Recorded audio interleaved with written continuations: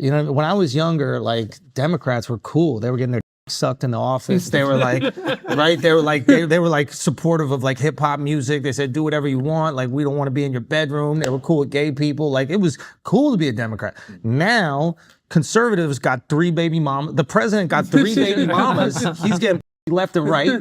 Right? He's cool. He's the one saying, say whatever the you want. So now conservatives have become Democrats. So I don't think I've changed. I just like the dudes that get and say whatever they want. So it's you want me to be a Democrat again? Get some tell me to say whatever I want. I'm there. This is comedian and podcaster Andrew Schulz giving an answer that is very, very revealing. The idea that like you have this loyalty to the party doesn't even have loyalty to itself. So how can you say that? How can you say I have loyalty to the party? It's like the party changed drastically. It completely flipped in the last like 5 years, 8 years, 12 years, whatever you want to say. So maybe I'm just making decisions based on the things that I care about in the moment. And maybe that group is, you know, connecting to me more in this moment. Now, there's a lot more here, including where I'll actually give Schultz props, so stay tuned for that. However, this quote is worth examining that you just heard. When I was younger, Democrats were cool. They were getting their D sucked in office. They were supportive of hip-hop music. They said, do whatever you want. We don't want to be in your bathroom. Now the president got 3 baby mamas. He's getting left and right. He's cool. He's the one saying, say whatever the F you want. So now conservatives have become Democrats. So I don't think I've changed. I like the dudes that get and say whatever they want. First off, this was posted by Jason Cohen, who works for the Daily Caller. If you have no idea, the Daily Caller was founded by Tucker Carlson. All that aside, they were getting their D sucked in office, likely a reference to Bill Clinton. So cheating on your wife is cool, is basically what he's saying. Got it. They said, do whatever you want. We don't want to be in your bathroom. Meanwhile, who is? Republicans. The people that you voted for.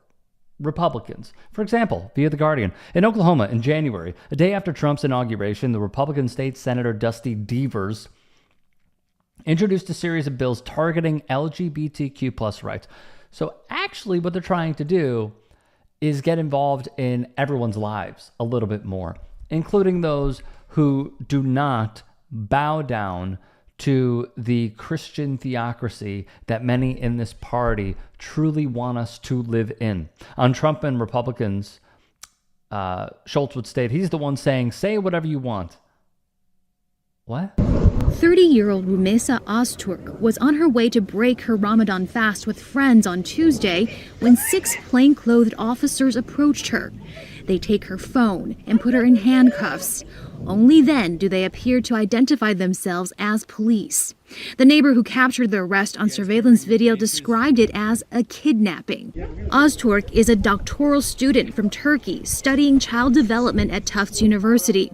She's the recipient of the prestigious Fulbright Scholarship and had an F1 student visa, now revoked. A year ago, Ozturk was among 4 authors of a student newspaper op-ed that called for an end to Israel's war on Gaza and more support for Palestinians from the university. The school administration said it had no part in Ozturk's arrest, which took place off campus.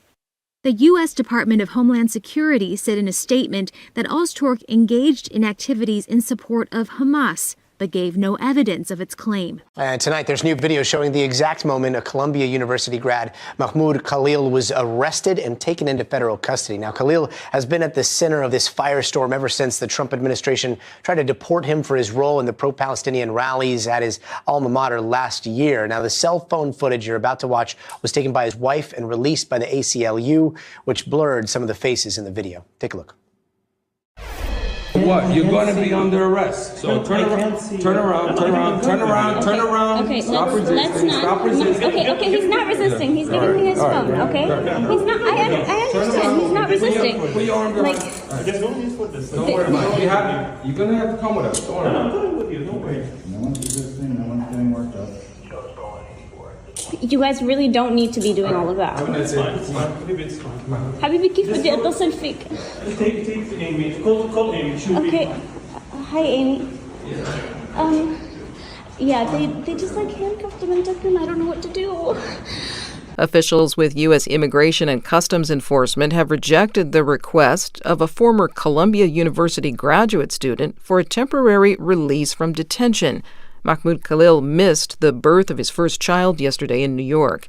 NPR's Adrian Florido reports President Trump is seeking to deport Khalil over his pro-Palestinian activism. As the Trump administration ramps up its attack on international students, we end today's show here in New York. Yesterday, a major protest in Union Square with Jewish New Yorkers and Israelis calling for the release of the detained Columbia student Mohsen Madawi, who was arrested in Vermont when he appeared for what he was told would be a naturalization test.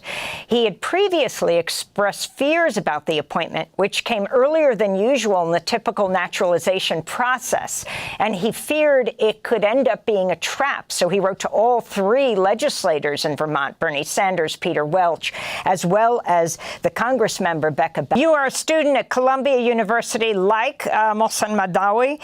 What are you calling on Columbia University to do?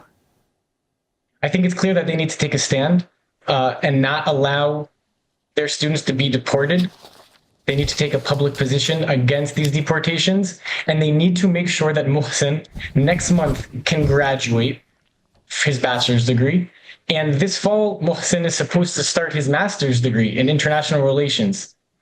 The university needs to do everything in their power to make that happen. Hey guys, quick break in the action. I have a new show coming out called The Rick Strom Show. It is going to be awesome. I'm interviewing musicians, athletes, producers, writers, journalists, authors, sports doctors. Go check it out at youtube.com/@TheRickStromShow. Also be sure to throw me a follow on Instagram, Threads, Blue Sky. It can all be found in the description box below. Thank you. So the whole let them say whatever they want nonsense.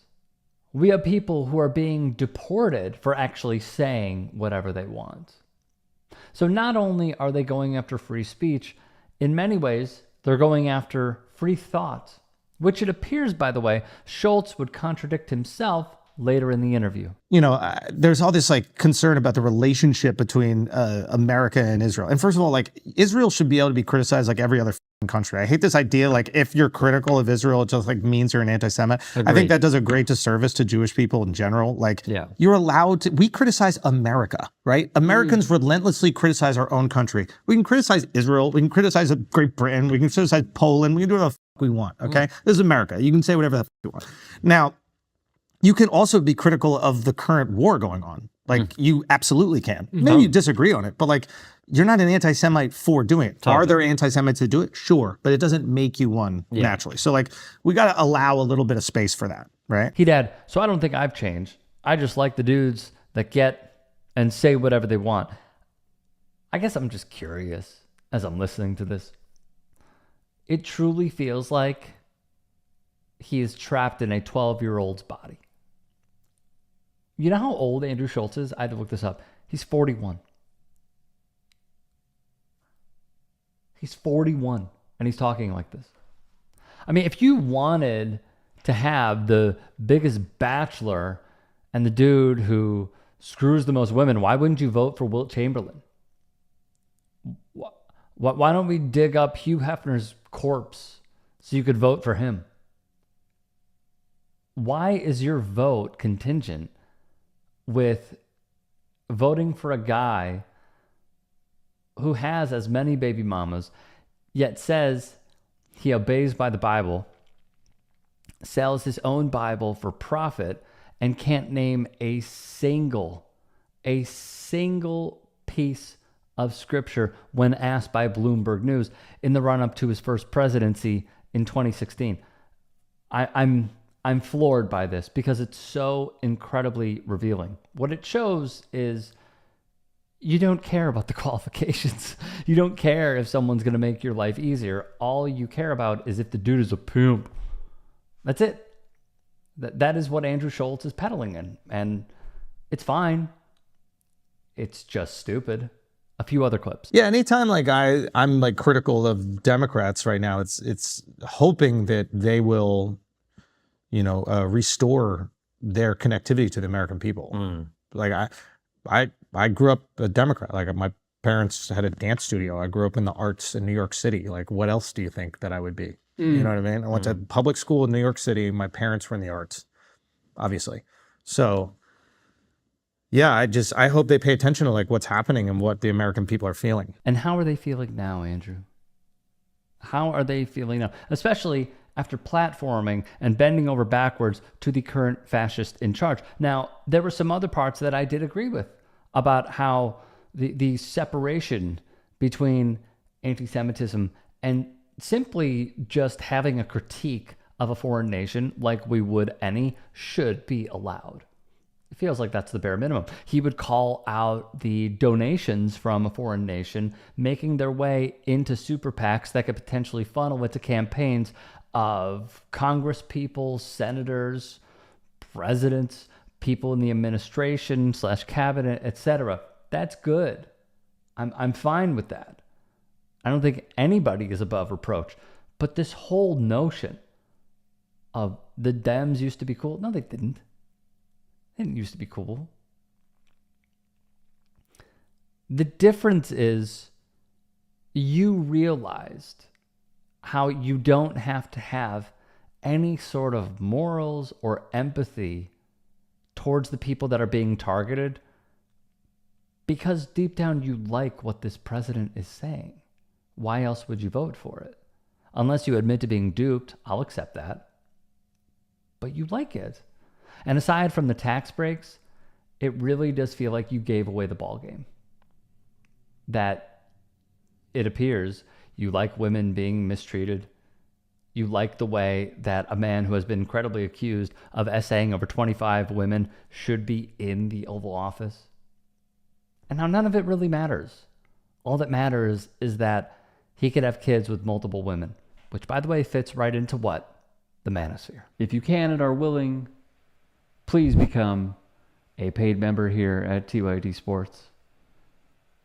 And or go to tyt.com/join. In addition, you can follow me on Twitter, Instagram, and TikTok. Appreciate it. Have a great day.